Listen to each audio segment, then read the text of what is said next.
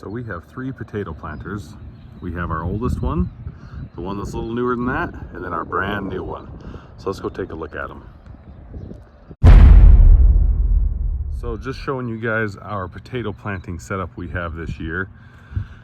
So we have our 8430 with wide tires on it, which is not ideal. We would like to have the narrow tires, but this tractor has never really planted spuds. It's always planted grain and other things. So we're just gonna try it, see if this works.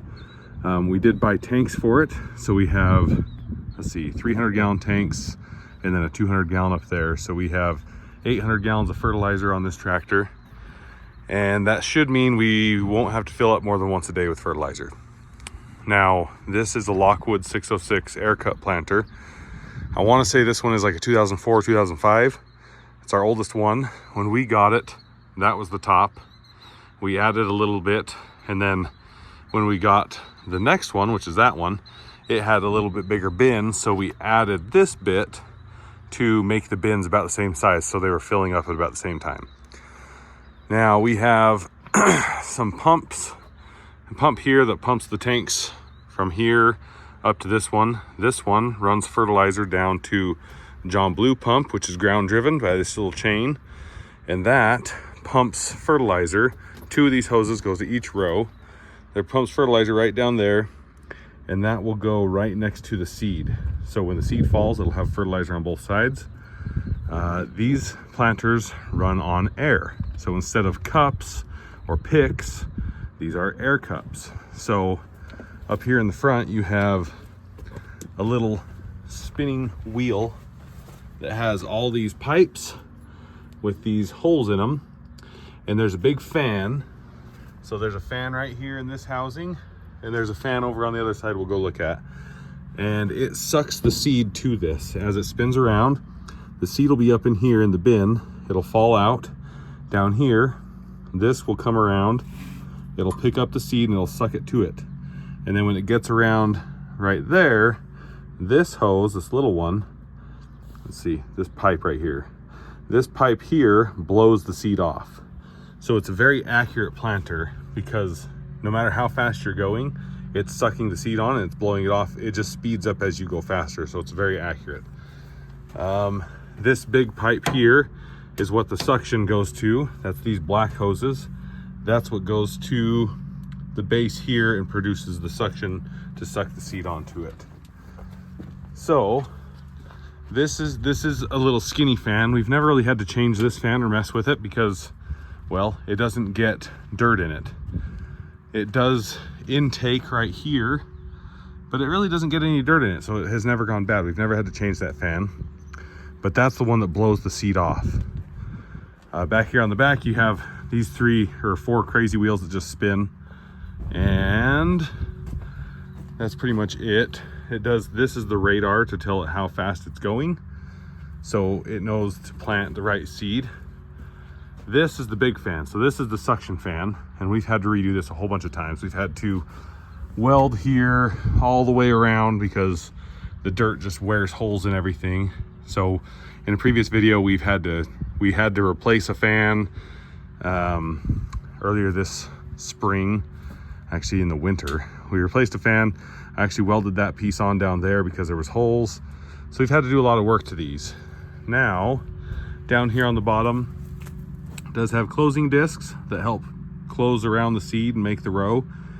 Now, 2 of our planters have these shanks that just help push more material up. And then we have this drag bar along the back. The drag bar just helps level off the top of the row, and that's how you get your seed depth. So that drag bar we have set so the seed is all to the same depth. It just drags it off. Now we'll go look at the next one. So this is our 8335R, and we have duals up front.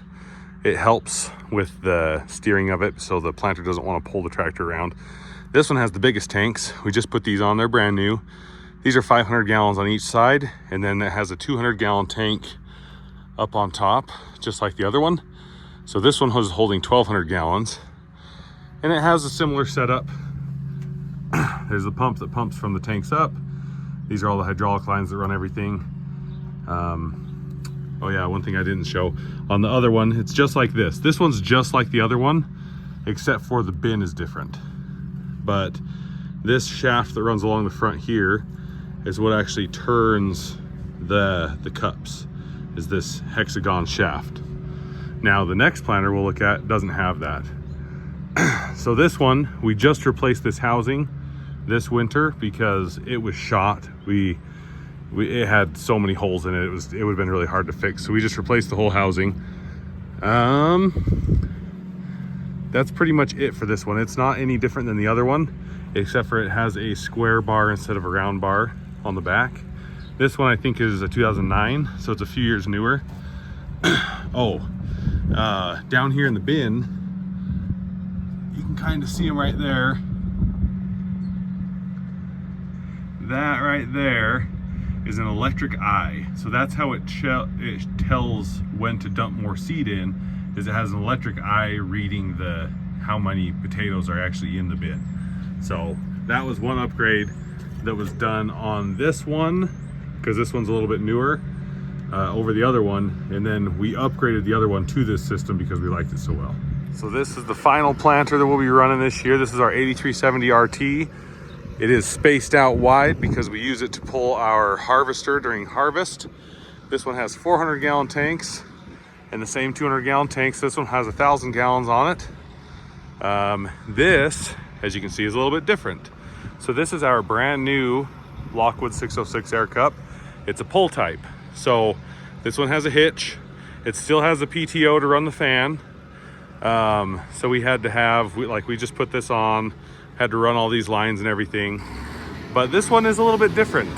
So they've changed a few things. It has these tines in front of the shoes where the seed drops on the other side. It has tines right here just to help break up the soil before it gets to the shoe, so you don't wear that out as bad. Also, you'll notice these look a little different. So these are actually, let me get over here so I can show you. These are rubber cups on the end. So they flex a little bit. One thing that you can have happen with these air cup planters is right inside here in these holes, if your seed is wet, you'll get dirt building up right there, and it'll stop the suction. So it won't produce as much suction if you do that. So you don't want to get wet seed. But that was one thing on the old ones with the metal cups. That was one thing, is they built up pretty bad in there. But when they went to these silicone cups, I guess they don't build up quite as bad. It's a little bit smaller of a cup as well. So you don't get, because with the other one you could get doubles. So it could suck 2 pieces of seed on here and drop 2. With this being a little bit smaller cup, you don't tend to get doubles, I guess. So hopefully we don't, because it's nice not to get doubles. And it just looks a little bit different. We have the same John Blue pump as we do on the others. These are backflow, I think it's a 5-pound backflow valve. So when it's off, it won't just siphon the fluid down and just dump it on the ground. So we have backflow valves. But if you watch all the other videos, you'll see that I had to put this on. And I have a short where I made this piece. So this is all kind of custom setup here. You'll see that it's also a little bit different. We don't have the big green pipe in the front. So we have this black pipe with the yellow pipes are the suction. The gray hoses are the blow off. And we also don't have the hexagon shaft across the front.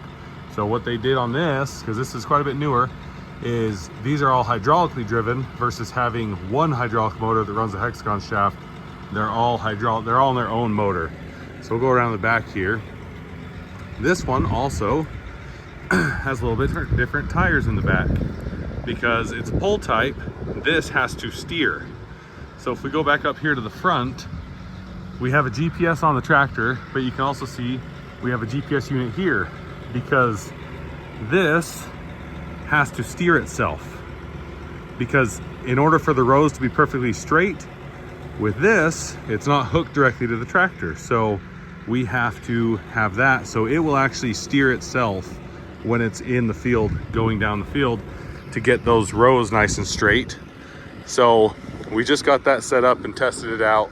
So it does work, it steers itself, it's kind of cool. It just follows you, it steers it straight. And on the back of here, so instead of having the fans on the side, which by taking them off the side, they were able to make the bin a little bit bigger because you don't have a fan right there. So by putting them on the back here, so we still have the two fans. This is the narrow, skinny blow-off fan, and this is the bigger suction fan. Now by doing it like this, putting it right on the back, one problem we have on the other ones is there's a shaft, the PTO comes in the back to a gearbox, and then it splits, and there's a big long shaft that goes to each side to run the pulleys on the ends to run those two fans. And we would have lots of problems with that.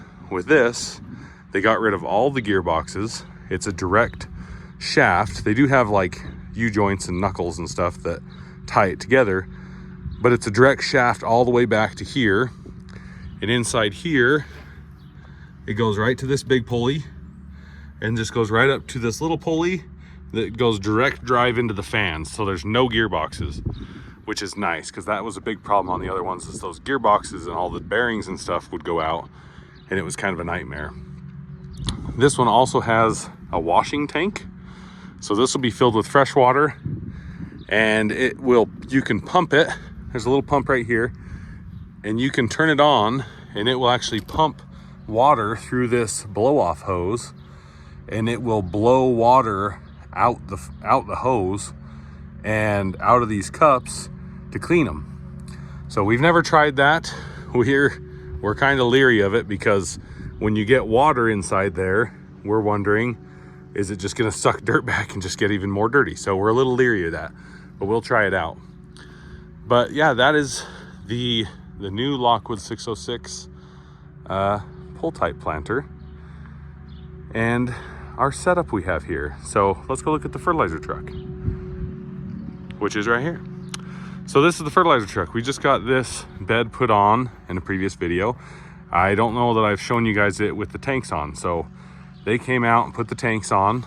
We had to plumb it. So we actually just finished these connections today, and it's all full. All these are full. These are 1,500 gallon tanks. So we have 3,000 gallons of fertilizer here. And that just runs back to a trash pump because fertilizer is thick and sticky and it's not water. So we have a trash pump, and then we'll fill this up. We'll fill these up from their trucks, and then the trash pump will just back it up, and we'll top all these off every day. So this is what we will use to fill up our fertilizer, but we should only have to fill up once a day, which is nice.